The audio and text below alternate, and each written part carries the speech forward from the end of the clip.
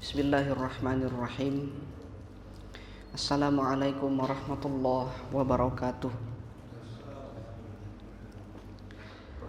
Alhamdulillah hamdan katsiran thayyiban mubarakan fihi kama yuhibbu rabbuna wa yarda. Asyhadu an la ilaha illallah wahdahu la syarikalah wa asyhadu anna Muhammadan abduhu wa rasuluh. Allahumma salli wa sallim ala nabiyyina Muhammadin wa ala alihi wa ashabihi ajma'in. Rabbi shrah li sadri wa yassir li amri wahlul 'uqdatam min lisani yafqahu qawli, amma ba'd. Alhamdulillah, kembali kita diberikan Allah kesempatan untuk melanjutkan majelis kita dalam pembahasan kitab Sunan Abi Dawud yang dituliskan oleh Al-Imam Abu Dawud rahimahullah. Salawat serta salam tak lupa selalu tercurahkan kepada Nabi kita, Nabi besar Muhammad sallallahu alaihi wasallam, beserta keluarga beliau, sahabat-sahabat beliau, dan pengikut-pengikut beliau sampai akhir zaman nanti. Kita akan masuk kepada bab yang berikutnya. Kemarin sudah sempat kita singgung pada pertemuan yang terakhir kemarin, bab yang nomor 72. Al-Imam Abu Dawud rahimahullah mengatakan bab al-imam yanharifu ba'dat taslim. Bab yang membahas tentang anjuran seorang imam itu berpaling setelah melakukan salam. Ada dua hadis yang disebutkan atau dikutip oleh Imam Abu Dawud di dalam bab ini, yang mana kedua hadis ini sama-sama menyebutkan sebuah kondisi bahwasanya Nabi SAW setelah selesai melaksanakan sholat dan beliau menjadi imam, pasti berposisi sebagai imam. Setelah selesai melaksanakan sholat, kemudian beliau berpaling dari kiblat. Entah itu berpalingnya membelakangi kiblat. Kalau membelakangi kiblat berarti menghadap kepada jamaah. Atau berpalingnya itu serong ke sebelah kanan. Berarti posisi jamaah di sebelah kanan dan posisi kiblat di sebelah kiri. Ada dua kondisi, dan dua kondisi ini nanti yang akan disebutkan pada masing-masing hadisnya.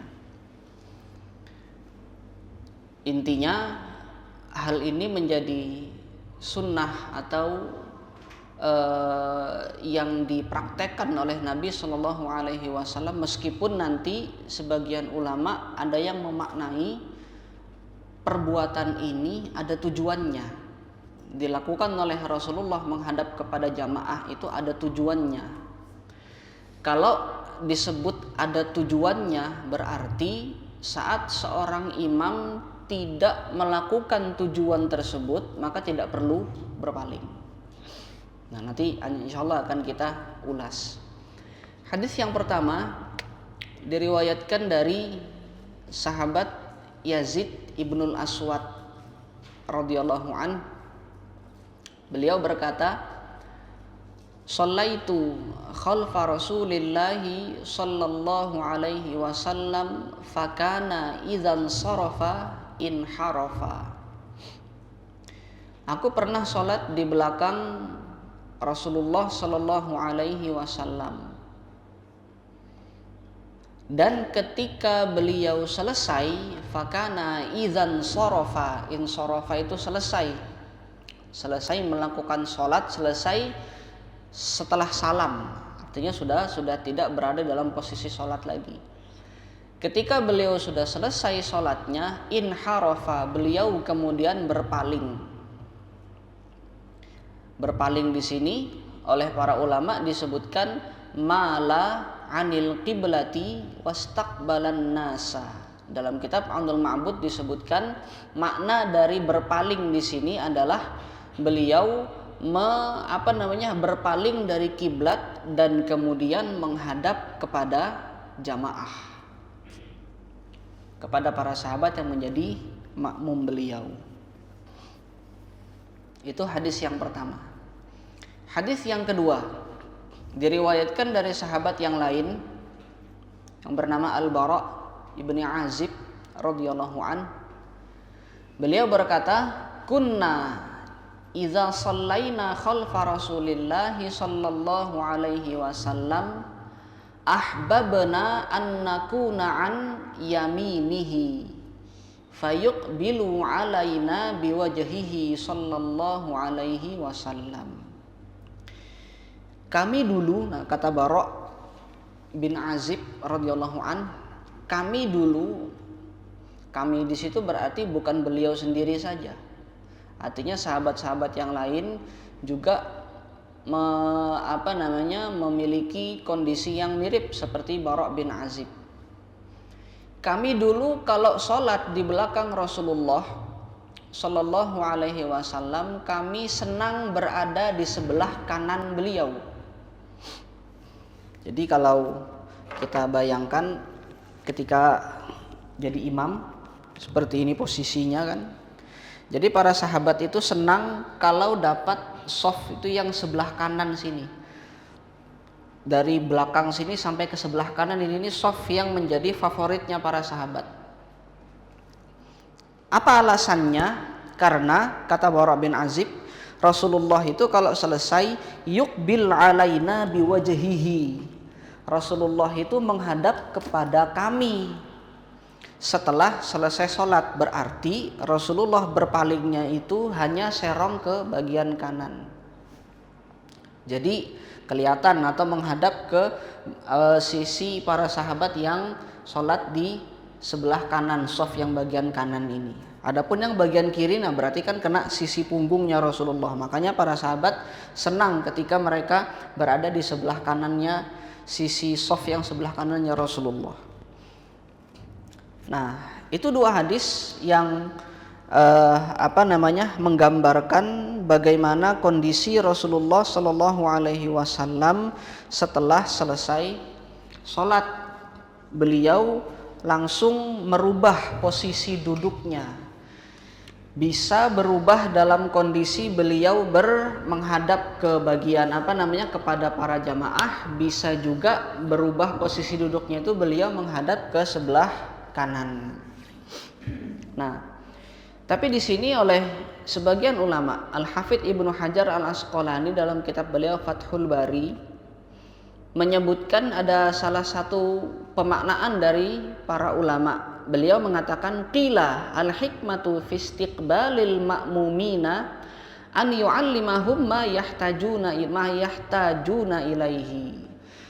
Sebagian berpendapat bahwasanya tujuan Rasulullah menghadap kepada makmum setelah selesai sholat, tujuannya adalah untuk memberikan taklim, untuk memberikan nasihat-nasihat, untuk memberikan pelajaran-pelajaran kepada para sahabat setelah selesai sholat.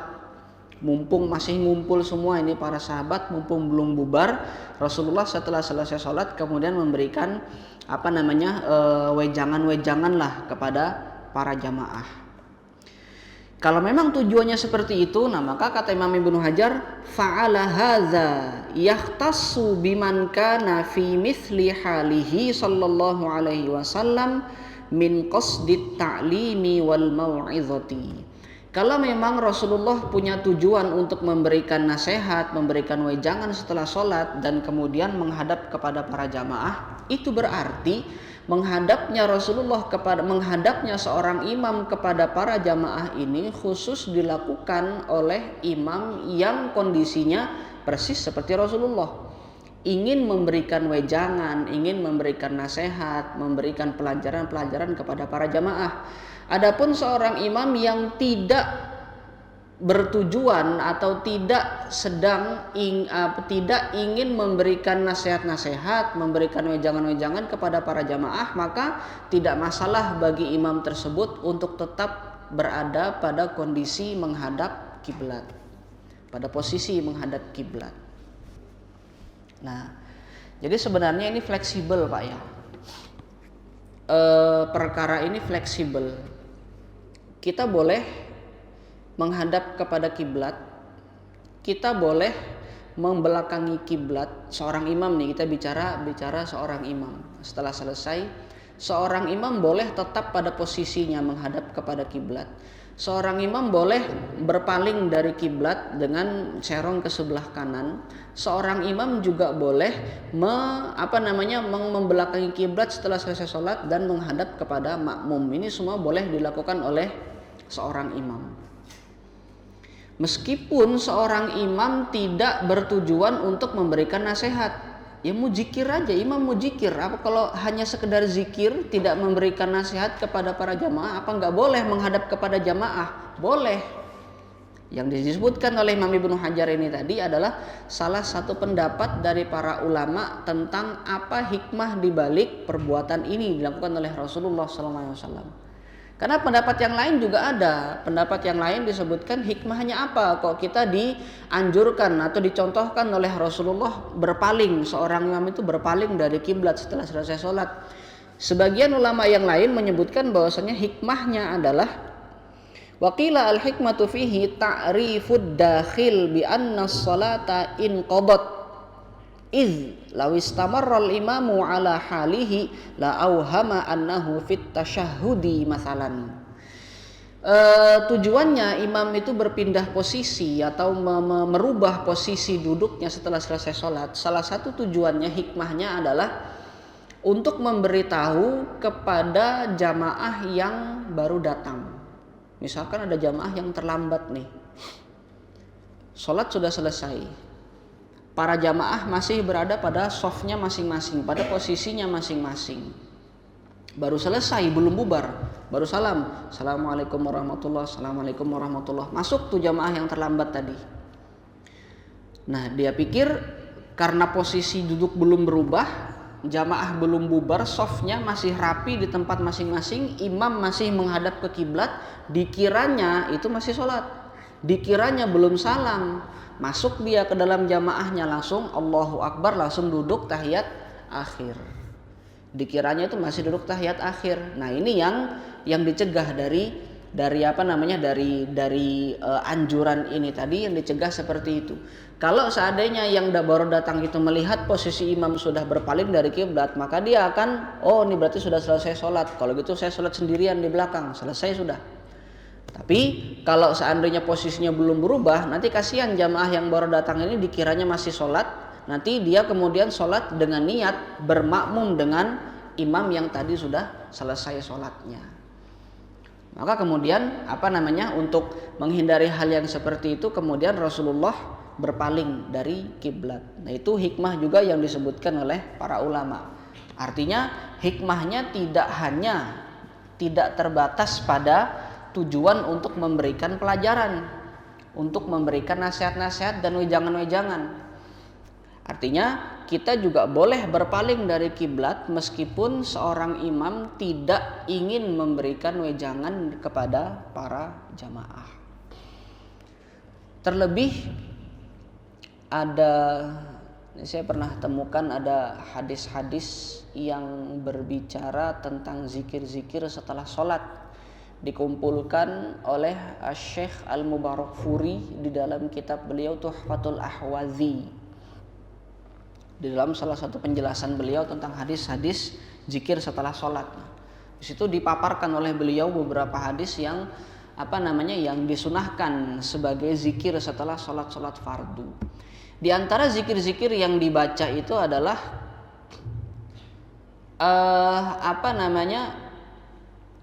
zikir la ilaha illallah wahdahu la syarikalah lahul mulku wa lahul hamdu wa huwa ala kulli syai'in qadir dibaca 10 kali.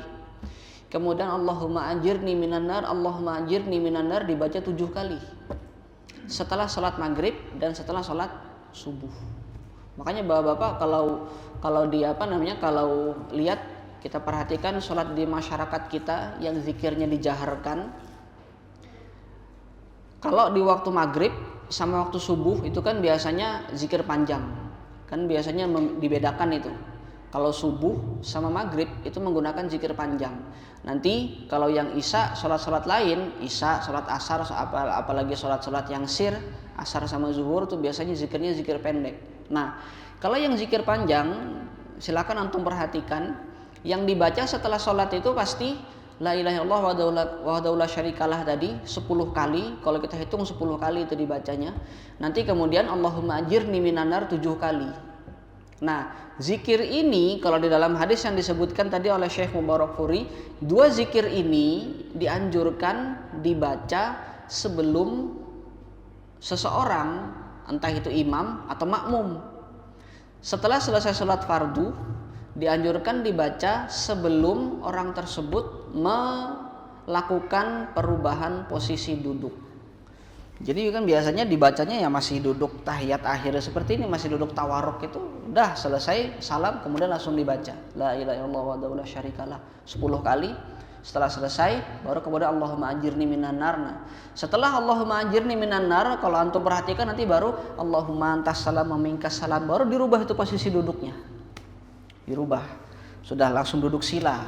Kadang-kadang para imam ada yang duduk sila tapi tetap menghadap kiblat, ada lagi yang merubah posisinya menghadap ke kanan atau malah menghadap ke ke makmum. Itu boleh juga dilakukan seperti itu. Loh, apa ndak khawatir nanti misalkan terjadi talbis seperti tadi, misalkan ada orang yang masuk, posisi duduk kan belum berubah tuh. Ketika baca zikir la ilaha illallah wahdahu la syarikalah dan seterusnya tuh, posisi duduk belum berubah, masih posisi duduk tawarruk. Apa kemudian tidak khawatir menyebabkan nanti orang yang masuk mengira kalau dia masih sholat, belum selesai sholatnya? Tidak boleh khawatir, karena zikirnya dikeraskan. Kalau zikirnya dikeraskan, yang dibaca la ilaha illallah wahdahu la syarikalah dan seterusnya, itu bukan bacaan zikir ketika tasyahud akhir. Jadi orang ketika lihat, oh sudah baca zikir ini meskipun duduknya masih tawarruk, sudah baca zikir ini berarti sudah selesai sholatnya, sudah sholat sendiri. Nah, jadi itu semuanya boleh kita lakukan. Boleh kita tetap menghadap kepada kiblat, boleh kita berpaling dari kiblat dengan menghadap ke kanan, dan boleh juga kita berpaling dari kiblat dengan menghadap kepada jamaah. Terkhusus bagi para imam yang memang punya niat atau berencana memberikan wejangan-wejangan kepada para jamaah. Nah, ini adab nih yang diajarkan oleh Rasulullah. Saya pernah sholat subuh di suatu masjid. Setelah selesai sholat subuh, imamnya bilang gini. Ini di masjid yang biasanya zikirnya dijaharkan, dikeraskan. Imamnya bilang gini, saat ini zikirnya kita ganti dengan taklim. Saya ingat betul itu tema taklimnya pada saat itu. Kata imamnya, kita ini sholat subuh. Di sholat subuh itu masih banyak yang ngantuk, kan begitu. Saya tidak memungkiri banyak yang ngantuk, tapi sebisa mungkin tolong ditahan nguapnya ketika sholat subuh. Apalagi sedang dalam keadaan sholat. Sebisa mungkin ditahan, terus kemudian menyebutkan hadisnya. Hadisnya sahih. Idza tasaba ahadukum falyakzim mastata'a fa inna ahadakum idza qala ha dakhala syaiton. Kalau salah seorang di antara kalian sedang nguap, tasa'aba ahadukum, sedang nguap, maka hendaklah dia menahan nguapnya itu sebisa mungkin. Karena seseorang di antara kita kalau sampai mengatakan seperti itu, setan bisa masuk, kata Rasulullah. Tahan. Tapi yang saya sayangkan, ketika imam itu tadi menyebutkan atau mengajarkan hadis ini, kan harusnya seperti yang diajarkan oleh Rasulullah. Tapi imam itu enggak. Dia tetap posisinya duduk tawarruk, tetap posisinya menghadap kiblat, sambil ngomong di mic-nya seperti ini. Ini kita zikirnya kita ganti taklim ya. Nanti yang bapak-bapak sholat subuh itu begini sampai menyebutkan hadisnya dan seterusnya. Setelah selesai, lanjut zikirnya. La ilaha illallah wahdahu la syarikalah lahul mulku wa lahul hamdu wa huwa ala kulli syai'in qadir. Baru zikir lagi. Nah, ini yang perlu kita perhatikan. Rasulullah tidak begitu. Salah satu adab yang diajarkan oleh Rasulullah adalah ketika kita berbicara menghadap face to face kepada orang yang kita ajak bicara. kepada orang yang kita jadikan sebagai tujuan pembicaraan kita. Kalau posisinya membelakangi seperti itu, nah itu adabnya tidak bagus, adabnya tidak baik seperti itu. Rasulullah kalau mau ngajarin para jamaah, kalau mau ngajarin para sahabat, bahkan Rasulullah membelakangi kiblat, langsung berpaling dari kiblat, kemudian menghadap kepada para jamaah, kemudian mengajarkan nasihat-nasihat kepada para sahabat. Nah, jadi memang seperti itu fleksibel tadi, sikap duduk setelah sholat itu para imam ataupun makmum fleksibel. Tapi kalau tujuannya sama dengan tujuannya Rasulullah, yaitu memberikan taklim kepada para jamaah, ya hendaknya mencontoh apa yang dilakukan oleh Rasulullah.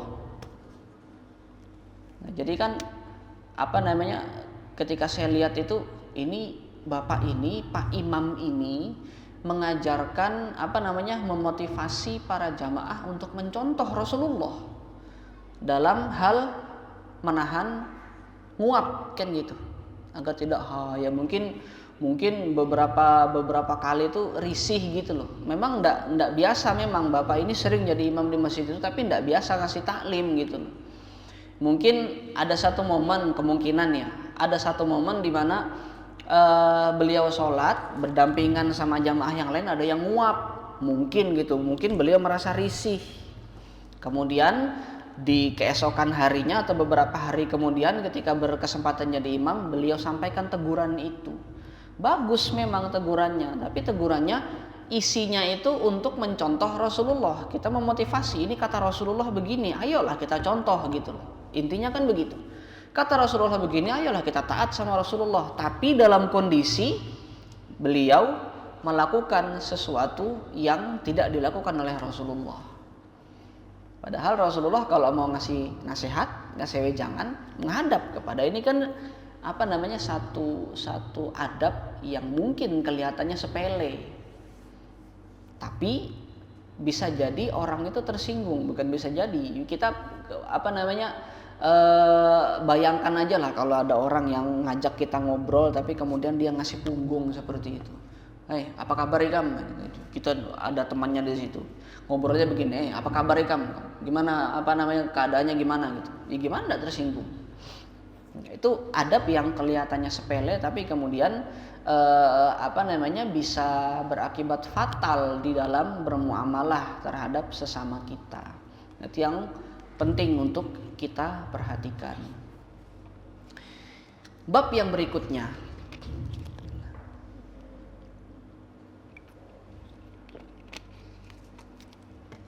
Al-Imam Abu Daud rahimahullah mengatakan,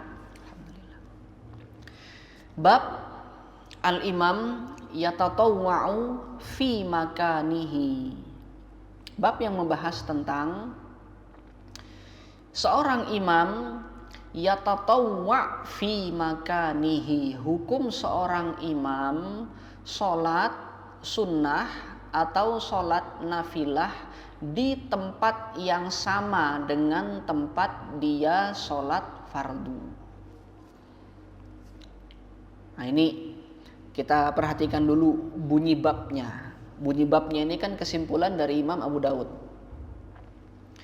Bab yang membahas hukum seorang imam sholat nafilah di tempat yang sama dengan di tempat yang sama yang dia gunakan untuk sholat fardu. Ya seperti ginilah, sholat fardunya di sini, nanti sholat rawatibnya di sini juga, sholat ba'diyahnya di sini, kan seperti itu. Itu apa hukumnya? Apakah boleh atau tidak? Di dalam hadis ini Imam Abu Dawud hanya mencantumkan satu hadis yang nanti kemudian hadis ini divonis dalam sanadnya terdapat kecacatan. Berarti saya spill dulu nih hukumnya. Maksudnya status hadis ini saya spill dulu, diriwayatkan oleh Imam Abu Dawud dan setelahnya kemudian Imam Abu Dawud menilai sanad dari hadis ini terdapat kecacatan. Apakah hadis ini masih bisa kita gunakan sebagai landasan hukum atau kita perlu beralih kepada hadis yang lain? Hadisnya berbunyi, diriwayatkan dari sahabat yang mulia Al-Mughirah ibnu Syu'bah radhiyallahu anhu. Beliau mengatakan, qala Rasulullah sallallahu alaihi wasallam, la yusallil imamu fil mawdi'il ladzi shalla fihi hatta yatahawwala. Tidak panjang lah, hanya hatta yatahawwala gitu aja. Tidak dipanjangkan, tidak ada matnya di situ. Kata Rasulullah, tidaklah, la yusalli itu tidaklah atau jangan sampai atau tidak boleh. Nah, kalau kita berpatokan kepada hadis ini, nanti hukum yang akan kita ambil kesimpulannya adalah haram. Karena bunyi hadisnya tidaklah, janganlah, tidak boleh. Tidak boleh, janganlah seorang imam sholat di tempat di mana dia sholat sampai dia berpindah dari tempat itu. Ini hadisnya berbicara khusus untuk seorang imam. Hadis ini. Makanya nanti dari kesimpulan cacat yang nanti disebutkan oleh Imam Abu Dawud, ini kita bisa ambil beberapa faedah nanti. Saya ulangi, artinya tidak boleh, janganlah, tidaklah seorang imam itu sholat di tempat yang sama dengan tempat di mana dia sholat sampai dia berpindah. Jadi hadis ini melarang, Rasulullah melarang seorang imam secara khusus sholat, misalkan sholatnya di sini di mihrab, kemudian mau sholat sunnah, mau sholat ba'diyah, maka dia harus pindah dari tempat sholatnya ini. Atau sebaliknya, dia mau sholat dia kan jadi imam, dia akan sholat fardu di sini, apapun sholat fardunya. Yang mana sholat fardunya itu ada sholat rawatib qobliyahnya. Berarti ketika dia mau sholat fardunya di sini dan ketika mau sholat qobliyahnya dia belum boleh masuk ke sini. Itu kesimpulan dari hadis ini. Karena dilarang sama Rasulullah. Sholat ba'diyahnya tidak boleh di sini. Setelah sholat fardu dia pindah ke tempat yang lain. Plus kalau mau sholat qobliyah, nah qobliyah ketika sudah sudah selesai azan dia mau sholat, dia belum boleh maju ke sini.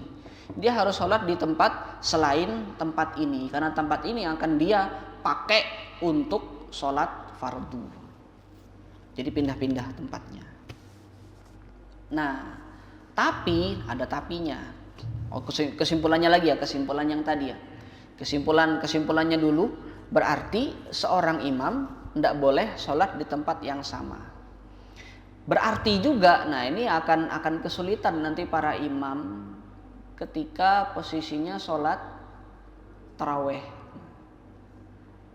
Harus berapa mihrab kita sediakan kan gitu. Kalau memang tidak boleh imam sholat di tempat yang sama. Dia sholat sholat isyaknya di situ. Mungkin kalau mihrabnya agak besar, masih bisa agak geser sedikit untuk sholat ba'diyahnya. Isya sama ba'diyah masih bisa sholat di tempat yang berbeda. Tapi ketika taraweh, nah seluas-luasnya mihrab itu kan seluas apa sih? Apalagi kalau tarawihnya sampai 20 rakaat kan seperti itu. 10 kali dia berpindah tempat itu akan menyulitkan. 10 kali pindah tempat itu baru untuk sholat tarawihnya, belum sholat witir. Kalau sholat witirnya dipisah 2-2-1, itu nanti akan membutuhkan 2 tempat lagi kan seperti itu. Apakah benar harus seperti ini? Itu kesimpulan yang pertama. Kesimpulan yang kedua, hadis ini tadi menyebutkan imam secara khusus. Berarti larangan untuk sholat di tempat yang sama ini hanya berlaku bagi seorang imam. Kalau makmum tidak perlu.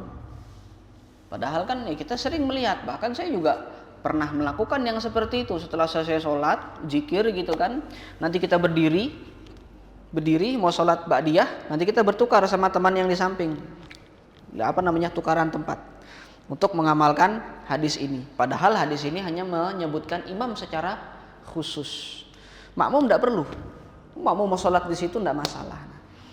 Apakah benar kesimpulan yang seperti ini? ternyata Imam Abu Dawud menyebutkan, qala Abu Dawud, Ata'un al-Khurasani lam yudrik al-Mughirata ibna Syu'bata. Jadi struktur sanadnya kita sebutkan dulu. Hadis ini diriwayatkan oleh sahabat yang bernama Al-Mughirah ibnu Syu'bah. Kemudian Mughirah bin Syu'bah meriwayatkan kepada Ata', salah seorang ulama tabi'in yang bernama Ata' al-Khurasani. Kemudian Ata' meriwayatkan kepada Abdul Aziz bin Abdul Malik al-Qurashi. Abdul Aziz meriwayatkan kepada Abu Taubah Ar-Rabi' ibnu Nafi'. Ada 4 struktur komposisi sanadnya, ada 4 orang. Ada Mughirah, ini sanad yang paling tinggi, paling dekat dengan Rasulullah. Di bawahnya ada Ata', di bawahnya lagi ada Abdul Aziz, di bawahnya lagi ada Rabi' bin Nafi'. Kemudian di bawahnya lagi ada Abu Dawud. Nah, ternyata Imam Abu Dawud menghukumi antara Ata' sama Mughirah, antara tabi'in sama sahabatnya, ini terdapat keterputusan jalur sanad. Karena Ata' ini sama sekali belum pernah bertemu dengan Mughirah bin Syu'bah.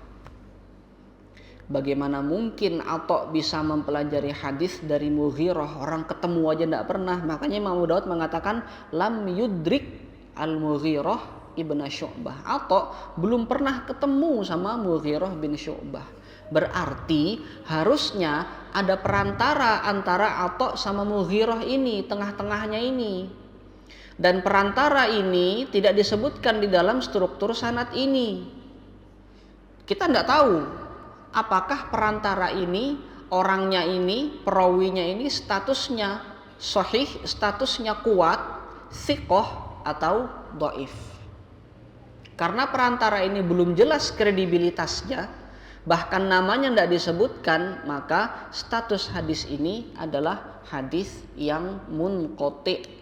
Munqati' itu salah satu jenis hadis dhaif. Dan Imam Abu Dawud di dalam bab ini tidak menyebutkan hadis lain untuk menjadi pendukung, agar bisa menjadi pendukung hadis ini. Kalau seandainya ada hadis yang lain disebutkan oleh Imam Abu Dawud yang maknanya mirip dengan hadis ini, maka dia bisa menaikkan derajat hadis ini, bisa jadi pendukung, kan seperti itu. Tapi sayangnya di dalam bab ini satu-satunya hadis yang disebutkan oleh Imam Abu Dawud adalah hadis yang sanadnya terputus ini tadi. Nah, maka dijelaskan lagi oleh Al-Imam Al-Munziri di sini. Bagaimana para ulama bisa memastikan kalau Ata' ini tidak pernah ketemu sama Mughirah bin Syu'bah? Al-Imam Al-Munziri menyebutkan, fa inna Ata' al-Khurasani wulida fi sanatil lati mata fiha al-Mughirah ibnu Syu'bah wa hiya sanatu 50 minal hijrah alal masyhur. Mughirah bin Syu'bah ini wafat pada tahun 50 Hijriah. Dan Ata' ini lahir di tahun di mana Mughirah wafat. Yang berarti kan tidak mungkin ketemu. Mughirah wafat, Ata' baru lahir nih di tahun yang sama. Atau Ata' baru lahir, Mughirah kemudian wafat. Ini masih di dalam buayan Ata' ini. Bagaimana mungkin Ata' berguru sama Al-Mughirah bin Syu'bah dalam kondisi Ata' ini masih baru lahir, belum genap 1 tahun umurnya. Masih hitungan beberapa bulan. Berarti hadis ini sebenarnya belum cukup kuat untuk dijadikan sebagai landasan hukum. Maka kesimpulan-kesimpulan yang tadi saya sebutkan ini masih boleh dibantah, masih boleh disanggah, masih boleh dilanggar. Tadi kan saya sebutkan berarti makmum tidak berlaku, makmum tidak boleh pindah-pindah. Boleh. Kenapa? Karena hadisnya lemah. Berarti imam harus berpindah tempatnya? Tidak harus. Kenapa? Karena hadisnya lemah. Jadi kalau imam mau sholat fardunya di sini, mau sholat rawatibnya di sini, ba'diyah qobliyahnya, tidak masalah. Mau sholat isyaknya di situ, tarawehnya di situ, enggak masalah. Enggak harus dia berpindah 20 kali atau berpindah kalau kita mau sholat yang 8 rakaat kan ditambah witir 3 harus berpindah 8 rakaat berarti 4 kali pindah. 5 sama witirnya. Kan ada 4 kali takbir berarti kan kalau kita mau pakai witir yang 3. 8 rakaat 4 kali takbir ditambah witir yang 3 1 kali takbir 5 kali takbir. Kalau 5 kali takbir berarti 5 kali pindah, enggak harus. Kenapa? Karena hadisnya lemah. Lantas kalau teman-teman kita atau saudara-saudara kita yang mengamalkan berpindah-pindah tadi hadisnya apa? Nah, nanti akan kita ketemu babnya. Ini saya spill dulu hadisnya.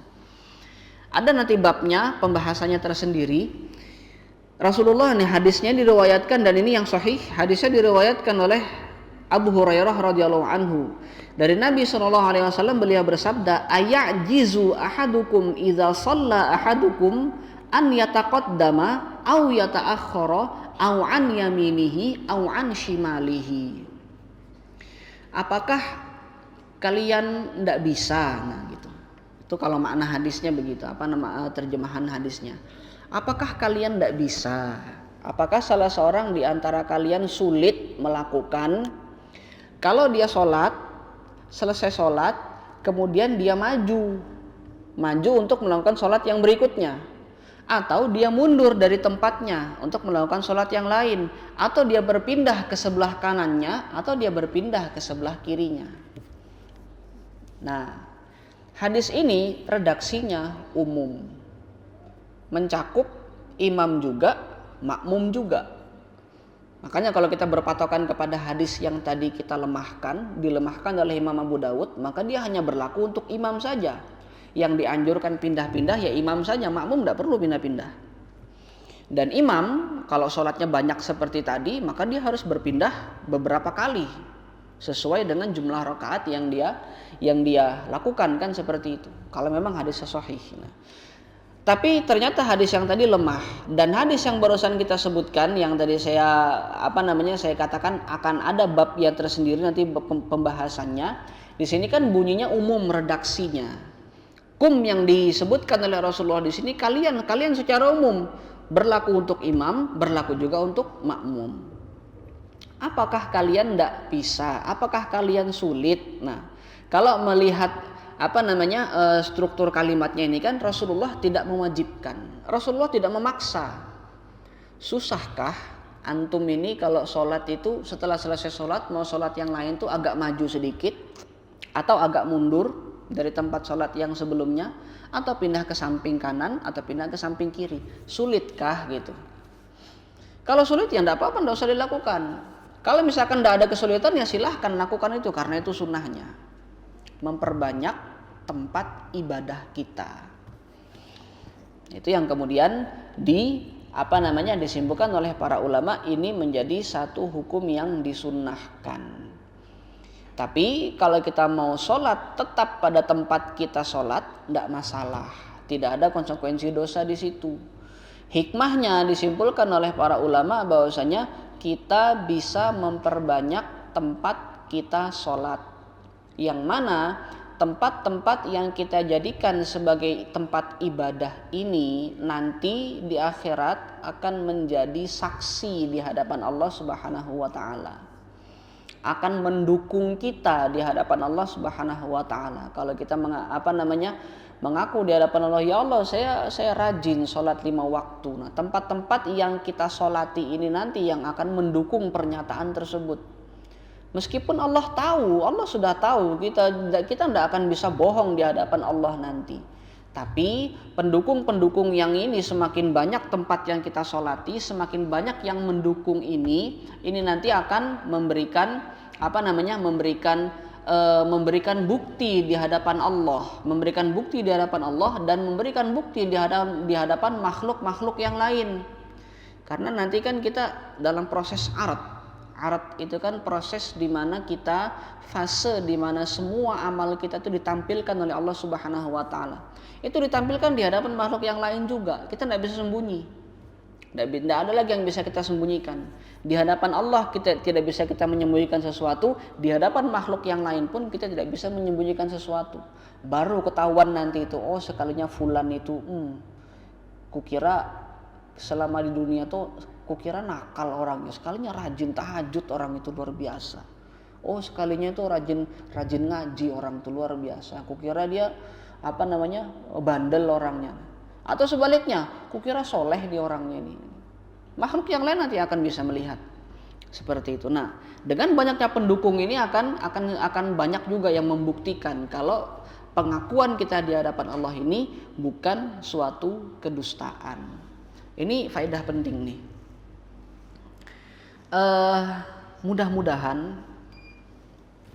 Mudah-mudahan tempat-tempat yang menjadi saksi amal-amal kita di hadapan Allah nanti adalah tempat-tempat yang biasa digunakan kaum muslimin untuk beribadah. Saat kita bersaksi di hadapan Allah nanti, kita mengaku di hadapan Allah, mudah-mudahan yang mendukung kita nanti masjid, kan gitu. Tempat wudu, tempat-tempat ibadah. Jangan sampai na'udzubillah yang menjadi pendukung ini justru tempat-tempat maksiat. Nanti ketika diarat, nanti tempat-tempat maksiat, na'udzubillah, diskotik mengatakan iya betul dia sering mendatangi saya. Tempat tempat pelacuran, na'udzubillah, bersaksi di hadapan Allah, iya sering mendatangi saya itu orang itu, meskipun tidak ngapa-ngapain sih tapi sering mendatangi. Ya kalau sudah tempat pelacuran didatangi meskipun tidak menggunakan pelacurnya, itu paling tidak bergaul dengan perempuan-perempuannya, kan seperti itu. Bersaksi nanti tempat-tempat itu nanti. Maka mudah-mudahan kita berdoa kepada Allah, mudah-mudahan yang menjadi pendukung-pendukung kita nanti adalah tempat-tempat yang biasa digunakan oleh seseorang untuk beribadah, bukan tempat-tempat yang biasa digunakan seseorang untuk bermaksiat. Dan semakin banyak tempat ibadah yang menjadi saksi kita, ini nanti akan semakin memperkuat bukti bahwasanya pengakuan kita di hadapan Allah Subhanahu wa taala bukan pengakuan yang dusta. Allahu a'lam bishawab. Mungkin sampai di sini dulu yang bisa kita bahas pada kesempatan malam hari ini. Insyaallah akan kita lanjutkan pada kesempatan yang berikutnya. Mudah-mudahan apa yang kita kaji pada kesempatan malam hari ini bermanfaat dan diberkahi oleh Allah Subhanahu wa taala. Subhanakallahumma wa bihamdika asyhadu an la ilaha illa anta astaghfiruka wa atubu ilaik. Wassallallahu ala nabiyyina Muhammadin wa ala alihi wa ashabihi ajma'in. Assalamualaikum warahmatullahi wabarakatuh.